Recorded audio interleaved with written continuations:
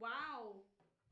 Built for speed, the keyboard has mechanical red switches that enable blisteringly fast taps,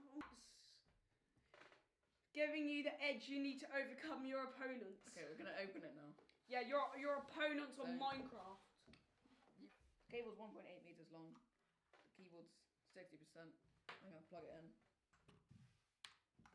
This is the default light. This is with the lights on. You still can't see it.